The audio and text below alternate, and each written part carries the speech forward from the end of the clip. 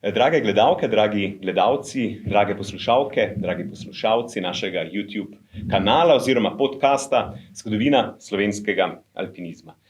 Naslov današnje zgodbe oziroma epizode se glasi: Kako je v Slovenijo prišlo zatikanje? Druga polovica 90-ih let je namreč postregla z novostjo v domačem slovenskem plezanju. Tudi v naše stene je takrat prišel tako imenovani dry tooling, ki je, kot vsaka novost, sprožil na eni strani navdušenje, na drugi pa dvome in nasprotovanja. Marsikomu je že to angleško poimenovanje oziroma ime te zvrsti šlo malo v uho oziroma mu ni bilo po godu. Neposredni prevod, naprimer suho orodjarjenje, pa ni šel tudi v uho oziroma iz jezika in tudi druge izpeljave ter ideje se nekako niso prijele. Danes se v plezalnem besednjaku pogosto za to zvrst plezanja uporablja tudi izraz zatikanje. Pionirja te dejavnosti pri nas sta Aljaž Anderle in Klemen Premrl, ki sta konec leta 1998 in prav jubilej, četrt stoletja od tega dejanja je v bistvu razlog za današnji pogovor, v prijetni glavi pod prisojnikom preplezala prvo tako smer in jo, sluteč na pester odziv, na prihajajočo torej novost, poimenovala kost za glodanje. Smer je dobila oceno M7. Moj današnji gost, ki ga lepo pozdravljam, je prav avtor oziroma soavtor te prve tako imenovane dry tool smeri in začetnik te dejavnosti pri nas. Torej pravi naslov, da z dogodkov izpred 25 let obrišemo malo prahu. Še prej pa čisto na kratko malo več o našem gostu. Torej, Klemen Premrl, Tržičan, misli in živi plezanje. Je eden najboljših letnih in dry tool plezalcev na svetu. Je v bistvu neke vrste trend setter te dejavnosti in kot tak svetovno eden najbolj prepoznavnih plezalcev iz Slovenije. Torej, lahko rečemo pravi ambasador te dejavnosti. Torej, toda tudi Klemen je nekoč bil začetnik, zato začnimo s prvim vprašanjem, ki se dotika prav tvojega začetka. Torej, Klemen, še enkrat lepo pozdravljen. Pozdrav. Začnimo z vprašanjem, kdaj si začel plezati, kje in v bistvu zakaj prav tam? Torej, zakaj nasplošno si izbral plezanje? Ja, mogoče najbolj zanimivo to, zakaj sem sploh izbral plezanje. Jaz mislim, da vsak človek potrebuje nekaj več v življenju. Ne? Nekateri se najdejo v šoli, nekateri v kulturi, meni pa zmeraj pasal bolj šport. Zdaj, glede na to, da prihajam iz Tržiča in v Tržiču je ta tradicija gorništva pa alpskega smučanja zelo, zelo močna. Obenem smo imeli pa tudi veliko teh lokalnih asov, ki so kar nekaj pomenili na splošno v družbi. To so bili seveda predstavniki teh prvih alpinističnih odprav, jugoslovanskih še takrat, na Everest, Jalomkang, pač kar veliko teh odprav je bilo. In naprimer Tomazin, Bergant, Bence, Rozman, to so bili ljudje, ki so nekaj pomenili. Mi smo njih gledali kot bogove. Ne? In najbrž je to pripomoglo, da sem izbral plezanje. Kdaj? Ja, čisto uradno smo začeli plezati leta 86, ko smo se priključili alpinističnemu odseku, ampak neuradno pa že malo prej, ko smo par fantov mečkam bolj korajžnih, tako kar na svojo roko začeli plezati. Prijatelj Jure si doma sposodil eno vrv. Njegova mati je bila učiteljica v šoli in tudi je vodila planinski krožek, tako da ona je imela to vrv. On se to vrv seveda sposodil na skrivaj, noben za to ni vedel in potem smo mi več ali manj zganjali traparije s to vrvjo, ker pač prav v resnici nismo vedeli, kako bi jo lahko uporabili. Ampak na našo srečo nas je enkrat opazila ena gospa in nas je zatožila, po domač povedano. Tako da smo se mogli pač nekako bolj uradno s tem ukvarjati. Nismo smeli več na šverc, starši nas niso pustili in je bila edina opcija alpinistični odsek. Zdaj, ko smo mi tja prišli, ne, mi smo bili stari 13 let, naslednji najmlajši je bil pa že polnoleten. Da smo sploh tja prišli, bil najbrž kriv Aljaž, ker njegov oče je bil znan alpinist v Tržiču. In če njega ne bilo, najbrž s tem, ker ne bilo dosti kruha. No. Tako da smo prišli tja in so nas seveda takoj hoteli poslati nazaj v planinski krožek. Zdaj, na srečo smo mi tja že hodili. V planinski krožek. V planinski krožek, ja. Na srečo smo mi tja že hodili, tako da smo rekli, ja, se mi tja že hodimo, oni nas hvala pošiljajo. Ne. Tako da nekako smo se potem pogodili in začeli s to alpinistično šolo. Tako da to so bili začetki. Kdaj si pa potem iz alpinizma, plezanja prišel v ledno plezanje? Že takoj ali? Ne, zdaj, se mi zdi, da ta sistem, ki pri nas laufa že kar nekaj časa, je zelo koristen. Ker se ti vključiš v alpinistično šolo, si deležen enega zelo širokega spektra znanja. Ne? Dejansko se spoznaš vse zvrsti alpinizma. Ne? In med njimi je bilo tudi ledno plezanje. Zdaj, na prvo žogo mi je bilo pač to ledno plezanje všeč, tako pa vse drugo. Super, samo da je bilo za plezati. Meni pač ta klasičen gorništvo ni bil toliko všeč. Če se je plezal, mi je bilo pa super. Ampak zdaj je bilo to po ledu, a po skali. Bi težko rekel, da sem že takrat začutil, da bo z tega kaj več. Ne? Tako da pač tam smo dobili eno široko popotnico. Prav z lednim plezanjem sem se pa začel ukvarjati, bi rekel, sred 90-ih let. Se spomniš prvega slapu? Spomnim se prvega slapu, ta pravga, to je bil slap iz Lukne v Tamarju. To je bilo še v sklopu alpinistične šole. Oziroma ali pa na koncu alpinistične šole, ko začneš mečkam plezati tudi lahko na svojo roko. To je bil prvi tak slap. Drugače smo pa plezali, seveda tudi v Tržiču imamo ta Tominčev slap, ki sicer bolj poredko zamrzne, ampak pa je tudi zelo kratek, ga je vse skupaj 12-15 metrov. Tako da mogoče bo ta prvi, ampak tako uraden je bil pa siguren slap iz Lukne v Tamarju. Majhen bolj resno se je pa začel prav na povabilo Aljaža.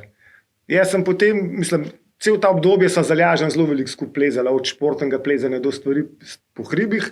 V srednji šoli sva se pa malo ločila, on je šel na šolo v Kranj, jaz pa v Postojno. In sred 90-ih, enkrat, ko sem jaz spet malo več plezal, me Aljaž, se prav spomnim, mislim, da sem bila v Tržiču telovadence, na treningu me je pač prav povabil, bi šel ti kakšen slab splezati. In v bistvu to je bil tak prvi vzvod. No. In potem sva z Aljažem, ki ni bil nič kaj dosti bolj izkušen kot jaz v slapovih, pa začela skupaj plezati in da mu je bilo všeč, no, tako da sva s tem potem kar nadaljevala. Da gledalci oziroma poslušalci dobijo pravo sliko, o kom govorimo.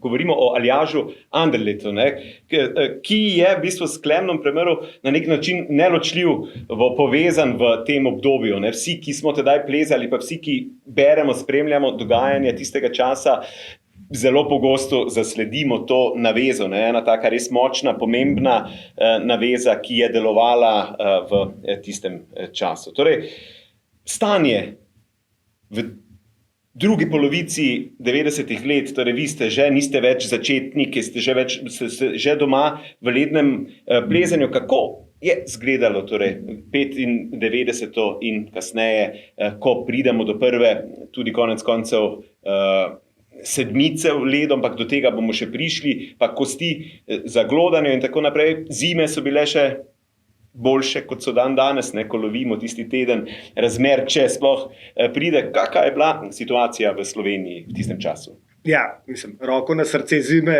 so vsekakor bile daljše, bolj mrzle, z več snega. Seveda, smo tudi imeli takrat obdobje zelenih zim, smo rekli, tega ni bilo, ampak načeloma so bile zime bolj predvidljive in sezona je bila daljša. S to samo človeško samovšečnostjo ali pa napuhom smo si zakukali kar dosti problemov, med drugim tudi to, da so zime krajše ali pa bi lahko rekel predvsem bolj nepredvidljive. Te razmere, danes imamo 15 stopinj, jutri bo mogoče 15 pod nulo, so pa niso konstante, ni več. Včasih se mi zdi, da je bilo dalj časa, da je sezona pač trajala. Tako da, kar se tiče zim. Kar se tiče pa scene na lednoplezalne scene, je pa tako, da v tistem času smo mi že stopili na ramena teh naših predhodnikov, ki so že začetku 80-ih letih ali pa 79. leta, ko so preplezali ta prvi slap pri nas. In takrat so se slapovi še zmeraj smatrali tako bolj kot trening za vrhunski alpinizem, ampak vsak resen alpinist, vsi ta veliki jasi pri nas so pa preplezali kakšen slap in glede na to, da so bili to vrhunski plezalci, so tudi že kar težke slapove plezali. Obenem se je takrat začela pojavljati tudi, uporabljati ta malo novejša etika, predvsem prostega plezanja za ledenelih slapov. To je šlo z roko v roki z razvojem opreme, pa z mentaliteto, ker prej so bili ti vijaki, ki jih mi uporabljamo, toliko slabi, da je bilo čisto normalno, da si pač med plezanjem se v cepin tudi obesil, pa pač viseč v cepinu zavrtal ta leden vijak, ker najbrž na začetku drugače sploh ni šlo. Kasneje se je oprema izboljšala, ampak še vedno je večina plezalcev plezala tako, da so se upeli v cepin in zavrtali vijak. Dočim pri teh najboljših plezalcih se je pa takrat, ko so midva z Aljažem začela plezati, oni so pa že pač to izpostavljali in tako plezali in tudi v teh alpinističnih novicah je bilo zmeraj naveden prva prosta ponovitev, kar je pomenilo, da so pač zlezli z malo višjimi temi standardi plezalnimi. Tako da scena je bila takrat že, ni bilo pa to rečemo ledno plezanje, ni bil prepoznan kot samostojna panoga. To je bil pač del priprav ali pa treninga za vrhunski alpinizem v hribih. No in potem je prišlo, že danes večkrat omenjeno leto 98, 98, ki v bistvu je na nek način na večjih nivojih prelomno za Slovence. Kot prvo, v tistem letu Štajerci v Logarski dolini preplezajo Rinko. Torej na nek način prvo sedmico oziroma smer ledno linijo, ki se dotika sedemke, slabe sedemke. Drzen spon so opravili lokalci, Andrej in Jernej Grudnik, Anton Pavlič pa Cene Roban. Ampak v bistvu že istočasno pa vidva z Aljažem na drugi strani luže, torej čez Atlantik, mislim, da v Kanadi, preplezata v bistvu prvo potrjeno pravo sedemko, Riptide. Kako se je to zgodilo? Ja, zdaj, da bi pravilno povedal, ko se je to zgodilo, moram stopiti kakšen let nazaj. Zdaj, midva sva z Aljažem že začela plezati v sred 90-ih let, ampak dokler nisva bila kot mladinca poslana v Furnel na eno ledno srečanje, v bistvu nisva vedela nič. Midva sva pač prej že kar nekaj splezala, tudi nekaj dobrih vzponov sva upravila, ampak ko so se podpravila v Furnel, so pa dobila tako z eno veliko lopato po glavu. Ker jaz se spomnim, takrat sem bil nekaj poškodovan, sem si upekel prst, Aljaž pa tisti let, ker to je začetek januarja, sploh še nič v ledu ni plezal in potem so prišla tja in pod en slab, ko bi mogla začeti plezati in so se najprej malo pregovarjala, da bo sploh šel naprej. In pa je zmagal Aljaž, da sem mogel iti jaz. Ker je rekel, se ti bo že to malo popečen, to ni nič taga, jaz pa nisem nič še plezal, pa res nimam pač še feelinga, pa kar ti. In pa se nisem mogel nič smisliti drugega, čeprav se mi res ni dala. Ker sem plezala eno svečo tako krajšo, nič posebenega za današnje standarde, ampak za takrat je bilo pa za naju to kar vsem zalogaj. Stvar je bila pa ta, da je zraven njaju je pa plezal Guy Lasselle. To je bil najbolj znamenit plezalec na svetu v zaledenelih slapovih. In midva sva njega imela za heroja. Mislim, da je Aljaž imel celo njegov plakat doma. In kar naenkrat smo se znašli tam z oči v oči. On se je seveda po tistem slapu sprehajal gor in dol, da so ga snemali. Nama je bil pa samo, da bo čez prišla, bi bil že tako, da si ne bi naredila kakšne blamaže hude. In jaz sem šel plezati in sem me že na fejs navijala. In na srečo sva se tako srečala na vrh sveče. In potem je on meni prijazno rekel, kar ti pejt, bom te že jaz počakal. Jaz sem upal že toliko navit, da pač nisem mogel nič več.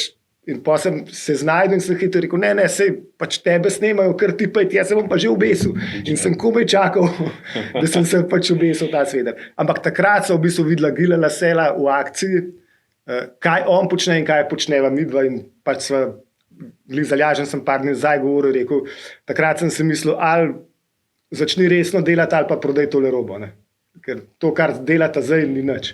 In takrat naprej so se stvari začele pač odvijati, ker so midva načrtno začela več vlagati v ledno plezanje. In ko potem pridemo do leta 98, so se pa odpravila plezati v Kanado. To je bilo za nami, da sva rekla, kar odprava. To je bilo mesečno potovanje v Kanado, takrat, to je že kar nekaj let nazaj. Ne. Se spomnim, sem mogel še v Ljubljano na banko, po te travelers čeke, da nisem keša nosil in take stvari. Tako da je bilo kar zanimivo. Za en mesec sva šla, precej sva plezala, glavni cilj je bil ta Riptide, znamenit slap, ocenjen 7, ker bi bila to prvi vzpon za slovenske plezalce v takem vzponu s potrjeno oceno. Vedeti moramo, da je bila, ne vem, približno isti čas Rinka, zdaj ne vem, in so jo splezali te fantje, ki so jih midva, to moram povedati, imela za, mislim, so jih zelo občudovali, no. Fante, lokalce z Logarske so bili vseh kar visoko postavljeni, a ne. Moramo omeniti mogoče Polšnarjevo Četco, ki je bil najbrž prvi vzpon v ceni 7 in če si malo pomislimo, kako je to izgledalo, najbrž bila 7, edina nesreča pač že ni bila potrjena, ker se je slab tudi podrl in ga ni bilo možno plezati. Tako da je ta čast nekako pripadla nama, čeprav sta bili že istočasno ali pa celo prej preplezani, se pravi Polšnarjeva Četca, sigurno prej Rinka pa nekako v istem obdobju. Mogoče tle še zanimivo z Kanade, mi da so plezala tudi French Reality, to je na smer v Stanley Head-Wallu, zelo znamenit prostor za ledno plezanje in ta smer tudi nosi oceno M7, Water Ice 6, se pravi 6 v ledu pa M7. Jaz mislim, da to oceno so dali kasneje, da takrat mi dva sploh niso imela občutka, da je plezala kombinirano smer. Mi da so šla tja, leda je bilo malo so mogla si pomagati tudi po skal, pač kar so vedela, da morajo imeti kratke vijake. Kljub temu, da ima že oceno M7, mi nisem imela tega občutka, sploh nisem vedela, da je plezala kombinirano smer. Nama se je pač to zdelo nekaj normalnega, ni bilo tako, kot so druge kombinirane smeri, ki so pač, čeprav sem zglih zdaj videl, ker sem šel malo skozi, da tudi ima oceno že za kombinirano. Ampak ali je takrat še ni imela, ali pa tudi tega sploh nismo tako občutili, no, nismo to jemali kot kombinirano smer. Danes pač. Mogoče tudi zaradi teh zim, ki so tudi v Kanadi malo slabše, kot so bile včasih. No in potem se je zgodil, dry tooling se je zgodil, ali je bilo to v bistvu premišljeno dejanje, premišljen korak naprej od lednega plezanja, ki ima seveda svoje omejitve, ne? Ja, vsekakor je bil to premišljen korak naprej. To se ni zgodilo po naključju.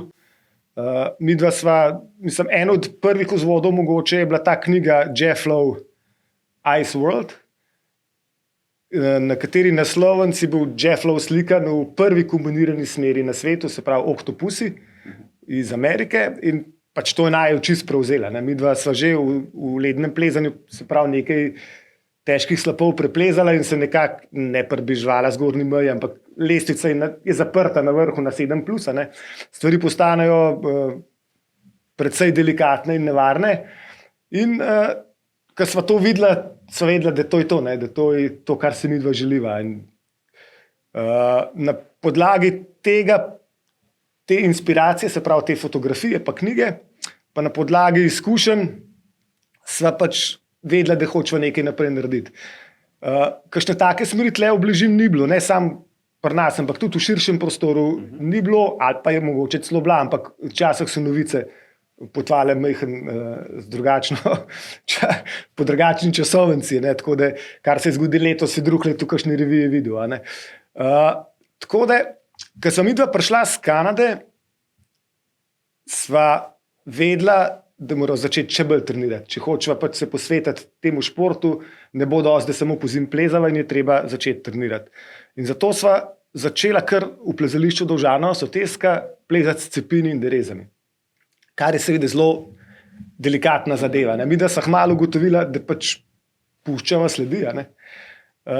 Ampak vsekakor sva se malo sebe tolažila. Imela sva relativno dobro tehniko, da nisva kar praskala pa zbijala po skali, tako da sva pač probala omejiti te stranske slabe učinke na minimum, pa vedela sva tudi, da sva v bistvu sama.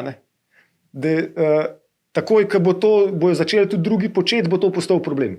Zato sva prvo let plezala v Dovžanki, pa se zelo pazila, ampak sva že imela v glavu, da bo treba pač zadeve spremeniti. In so prav namensko šla tudi iskati eno luknjo, v kateri bo skala slaba, bo mogoče mokro, krušljiv, da ne bo zanimiv za športne plezalce.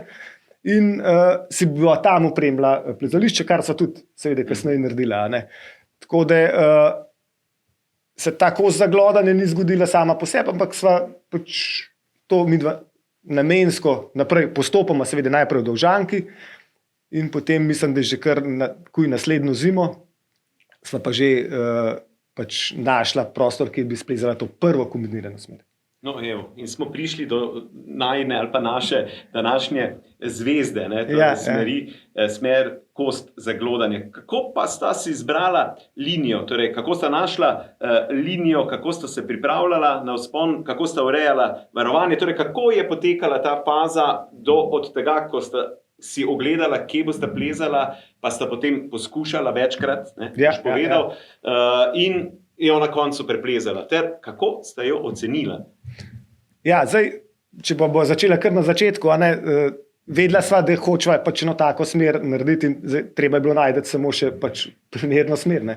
Jaz se spomnim, da sem takrat enkrat šel prav sam proti Vršiču, pa si dal gor turne smuči in sem okoli hodil prav z namenom, da bi najdel kakšen primeren prostor.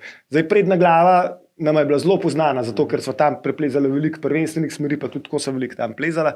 Tako da seveda prva opcija je bila, da sem šel prednjo glavo in res sem pač najdel nekaj, kar se mi zdelo, da bo primeren. In seveda to sem takoj pač skomuniciral z Aljažem in mogoče že naslednji vikend sva šla skupaj tja pogledati. Zdaj jaz čisto po dnevih, na en koliko dni sva za to zapravila, ampak si predstavljam, da sva šla pač to pogledati in tako nauč ocenila, da tle bi pa šlo.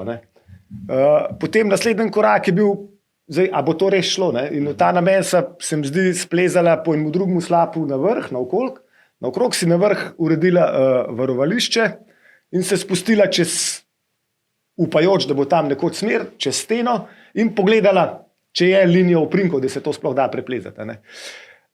No, ta prvo sem naredila to, potem sem imela še ne take visoko leteče cilje, so to hotela opremiti s klini, glede na to, da je to pač vse se dogaja v gorskem prostoru.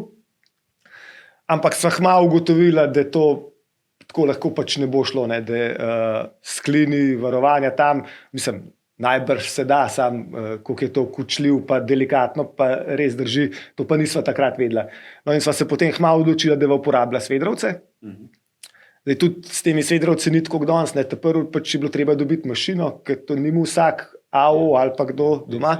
Tako da na srečo mu Aljaž, strica vodovodarja, ki smo ga pač seba, ki smo ga vsi v Tržič poznali, in ta človek nam je seveda mašino posodil, vrtalko, baterijsko vrtalko. Zdaj, kje sva tistih par svedrov dobila, ne vem, niti ni pomemben, važen je bolj to, da sva jih imela malo, da teh svedrovcev ni bilo za odmet, ni da sva jih nekaj imela in to je bilo to. Potem sva pač to smer s temi svedrovi opremila. Zdaj, mogoče najbolj zanimiva zgodba okoli teh svedrovcev in tudi prvo svedrovci iz vrta relativno visoka. Zdaj, ko sem videla, koliko ima te svedrovcev, sva jih pač mogla razvrstiti, tako da bo cela smer nekako varna. Zdaj, prvi del, sem pa še majčkeno taktizirala zraven, ker čisto normalno je, da imaš pri takem plezanju prvi svedrovc vpet že vnaprej. In zdaj, če bi en problem je bil, da se smer začne s previsom in sred previsa težko upenaš, ker je najbolj težko, ponavadi probaš plezati čim višje. In pa sem midva rekla, nič, sej, midva boj, dajva svedrovc na vrh previsa, prvič nama ne bo treba sred previsa upenjati, ker je to zelo težko, drugič imamo pa prvi svedrovc itak lahko upet, in so si tem tudi majčken prešparala oziroma olajšala ta vzpon, zato ker prvi svedrovc je čisto regularno, sva ga upela in potem sva lepo splezala, ker okoli tega prvega svedrovca se je kar nekaj zgodbic še poizpletel, tako da tudi mi, da sem malo v tistem članku, ki ga je Aljaž napisal, povedala, pač, da je svedrovcev tam najbrž premalo, zato ker nam jih je zmanjkalo, ker jih več nisem imela in da če kdo želi, pač lahko to dovrta, seveda. Nimava nič težav s tem, da hočeva imeti nevarno smer. Ampak ta prvi svedrovec je pa bil zanimiv, ker je bil del taktike tako razporejanja svedrovcev, kot da sva si majčkeno olajšala vzpon. Seveda sva kasneje izlezla tudi tako, da ta svedrovec ni bil opet, ampak tisti prvi vzpon, ki je najbolj pomemben, sva pa tako upravila. Tako da sva potem smer opremila, potem je bilo treba to seveda še naštudirati, danes M7 mogoče ne slišiš, ne vem koliko težko, takrat je bila pa to prva taka smer in dejansko nisva točno vedela, kako bo šlo pa kaj delava. Ne. Tako da sva potem to smer naštudirala. Čist za dan vzpona sva pa sraven pripeljala še enega prijatelja, Klemena Belharja, ki pa to potem tudi poslikal. In iz tega mogoče izhaja tudi to, da sva vedela, da vse ta stvar pač je en korak naprej in da mogoče saj za naju nekaj pomeni. Ker se ne spomnim, da bi kdaj prej šla kaj plezati, pa da bi imela sabo fotografa. No, se Klemen tudi ni bil profesionalen fotograf, ampak je pa saj pač lahko zraven stavil pa slikal. Ne. Tako da se mi zdi, da sva imela občutek, da to pač pa je en korak naprej in pač primerno temu sva tudi prolekla frenda sabo, da je to poslikal. Tako da in tisti dan so pač oba dva opravila prosto ponovitev in to je bilo to. Ne. Jaz se spomnim fotografije, seveda dežurnega fotografa revije Grif, ne, Urbana, Goloba, ki jo imam, ne, zdaj si jo lahko pogledate, kjer pa tebe ni, ampak je zraven Aljaža, soplezalec ta Simon Vandeler. Verjetno pač takrat ti nisi imel časa, Urban je pa mogel dokumentirati zadevo za objavo v čeprav vsekakor, pač jaz mislim takrat, ali nisem v času, ali pa tudi sem ga imel, mislim, da takrat na mene je bilo to mečkam povezan s temi pecel, tripom, pa temi zadevami, ker Aljaž je bil takrat pri peclu, jaz sem bil ali pri Grevelu, ali pa pri Black Diamondu, ampak nima veze. Takrat so bili pač čisto eni drugi vlogi gor in seveda so plezali tudi to smer, ker Simon je bil bolj znan kot športnem plezalec, ampak se je kar en obdobje kar vključil v to ledno plezanje, pa sva mu midva kar pomagala, tudi veliko je pri meni treniral in takrat so šli skupaj pač te kombinirane smeri plezati. Urban seveda je bil zraven kot fotograf in tudi jaz se spomnim te fotografije mislim, da iz prvega previsa je ena taka lepša. In potem, kaj je sledilo, kakšni so bili odzivi in kako je potem šel razvoj tega zatikanja pri nas v srednjih letih? Zdaj, še to, ne, glede imena, no, se si že prej v uvodu povedal, tudi ime sva hotela dati, ker midva sva vedela, pač, da bo tako z vsako stvarjo, ki se premakne naprej, da bo največ tistih, ki jim to ne bo všeč, pa bojo to majčkeno nekako probali zavirati nekaj ljudem, bo pa to blazno všeč, večina jih pa to niti ne obriga, kaj se tam po hribih dogaja. Tako da sva dala ta ime Koza glodanje, sigurno se ga je spomnil Aljaž, ko on je bil zmeraj majhen bolj mišloči del najne ekipe, ampak pač je bil obema zelo všeč in ta ime sva dala in je super igrano, zato ker so bili odzivi raznovrstni. Jaz v bistvu se spomnim sam dobrih, pač teh pohval, pa tega mi niti ni najbrž prišlo do živega. Je pa to za sabo potegnilo, da je ta smer zelo hitro dobila prvo ponovitev, Jakovčič pa Mežnar, mislim, da sta prva ponovila. Še bolj pomembno je pa to, da v tistem času smo mi začeli tudi s tekmom v lednem plezanju in sva se midva spoznala s tržaškim plezalcem Mauro Bole Bubu in on je prišel tudi takoj po temu tja in bil toliko navdušen, da je takoj zraven naredil še dve smeri. Ker midva sva to naredila in pa sva si najbrž kar malo vdahnila, pa sva šla druge stvari delati, pa plezati.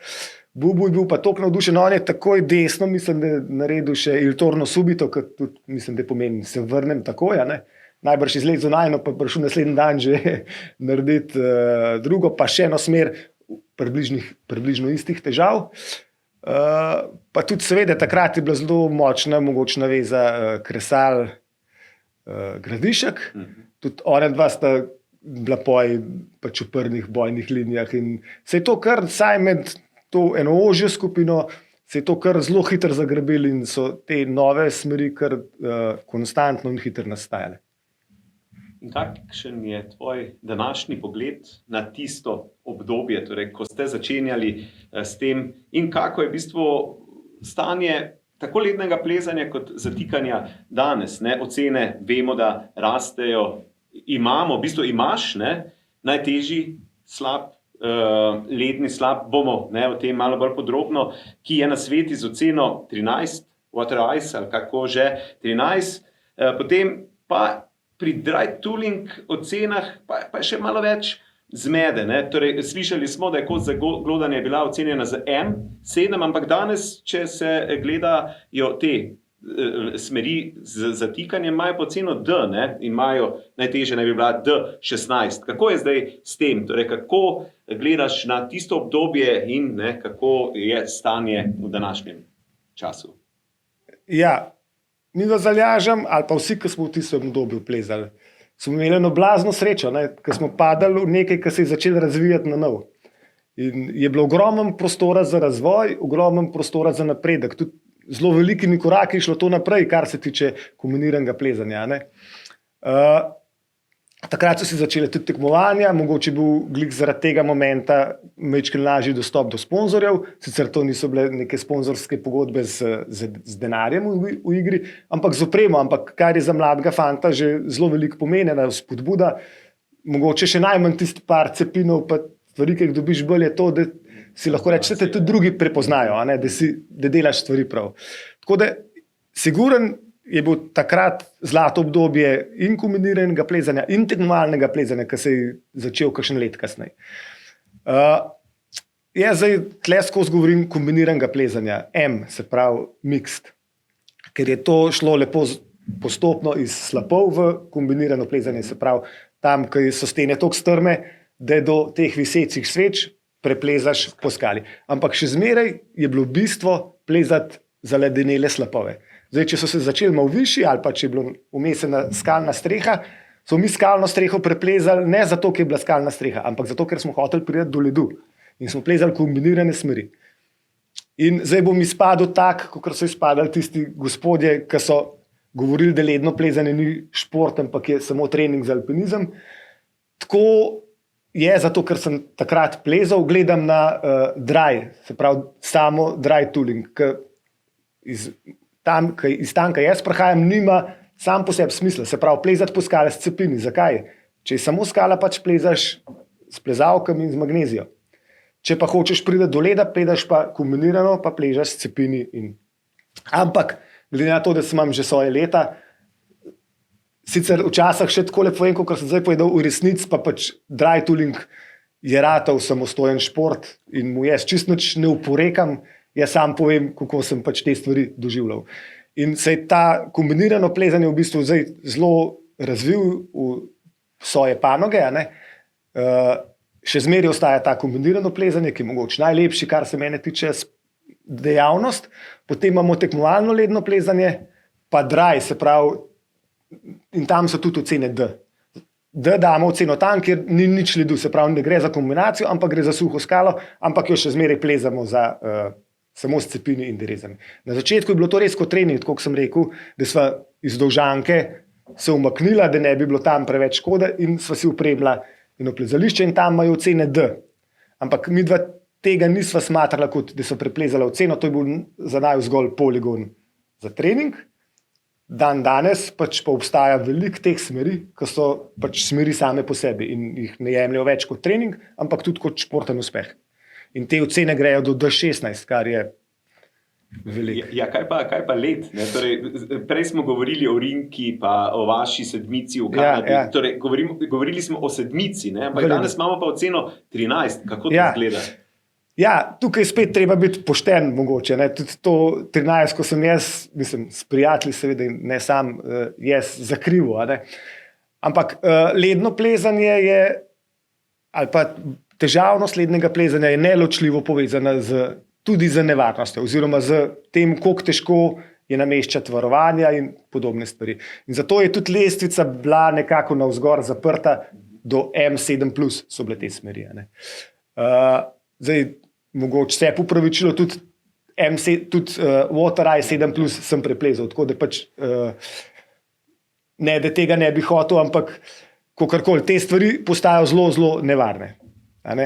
Zdaj, mi s temi novimi smermi, ki jih tudi ocenjujemo z dvojni VI, se pravi Water Eyes, in smo lestvico dvignili do 13, moramo biti pa pošteni in povedati, mi pa pri tem plezanju uporabljamo varovanja, ki jih zavrtamo v skalo. Se pravi, da en element te nevarnosti vzamemo, poleg tega pa pri lednem plezanju se šteje za upravljanju spončit varovanje namešča sproti. Ne moreš se spustiti z vrha pa zavrtati svedrovcev, ampak jih moraš na poti navzgor zavrtati med potjo, med tem, ko plezaš. Dočim pri teh najtežjih smerih, ki smo jih preplezali v Kanadi, v Hampton Falls, pa led ni zadost trd in je to v bistvu zaenkrat nemogoče, nekoč bo.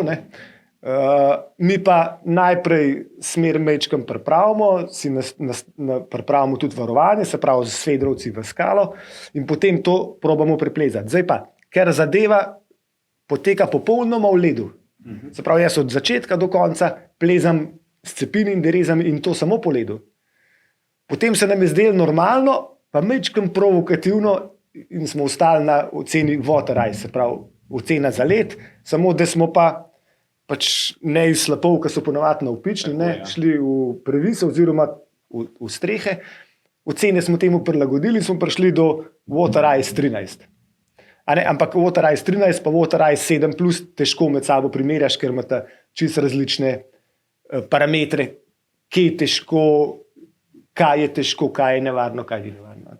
Tako da mogoče bi bilo tle bolj pošteno, da bi dali novo oceno, tako kot se je naredil iz kombiniranega, se je na dry prišlo, in ni več M7, ampak je D7.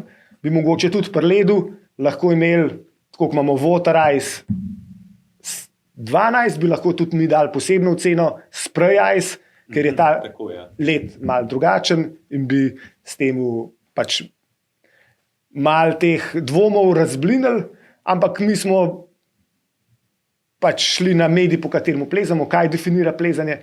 Po drugi strani smo bili pa tudi majčkeno nagajivi, vedeli smo, da če bomo ocenili to z Water Ice 13, da bomo šli ljudem face v zobe.